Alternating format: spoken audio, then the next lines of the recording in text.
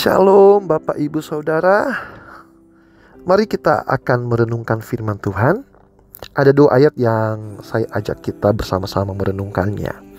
Yang pertama dari Mazmur 37 ayat 3. Begini firman Tuhan. Percayalah kepada Tuhan dan lakukanlah yang baik. Diamlah di negeri dan berlakulah setia.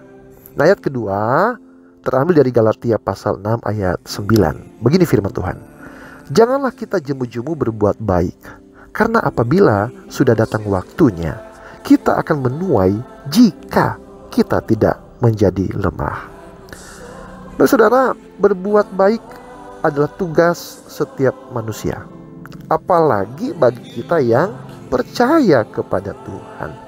Kita harus selalu berbuat baik dan menolong sesama. Karena saudara, dengan berbuat baik, kita menunjukkan iman kita kepada Tuhan dan menyenangkan hatinya. Saudara, berbuat baik itu berarti kita peka terhadap kebutuhan orang lain dan bersedia menolong mereka sesuai dengan kemampuan kita. Nah, Bunda Teresa berkata begini, bukan seberapa banyak yang kita berikan, tetapi seberapa besar kasih yang kita sertakan pada pemberian itu. Saudara, memberi itu harus dengan kasih dan pengorbanan. Karena itu berikanlah sesuatu yang benar-benar berharga, bukan yang tidak kita butuhkan lagi.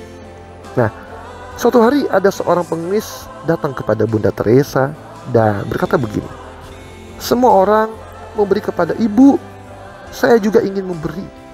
Hari ini saya hanya mendapat 29 perak dan saya ingin memberikannya semua kepada ibu.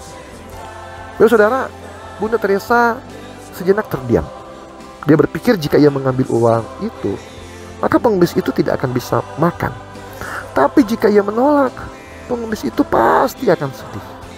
Dan akhirnya Bunda Teresa menerima uang itu. Dan saat itulah wajah pengemis itu memancarkan kebahagiaan luar biasa karena ia bisa membantu orang lain.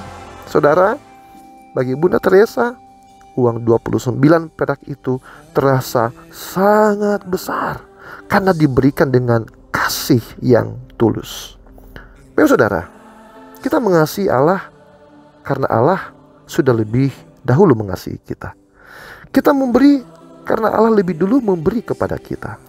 Dan pemberian Allah bukanlah tanpa kasih. Yohanes 3 ayat 16 berkata begini, karena begitu besar kasih Allah akan dunia ini, sehingga ia telah mengaruniakan anaknya yang tunggal, supaya setiap orang yang percaya kepadanya tidak binasa, melainkan beroleh hidup yang kekal. Bapak saudara, mari kita terus berbuat baik dan menolong orang-orang yang membutuhkan. Lakukanlah itu semua dengan hati yang penuh kasih, supaya melalui perbuatan kita Bapa di sorga dipermuliakan. Tuhan Yesus memberkati. Shalom.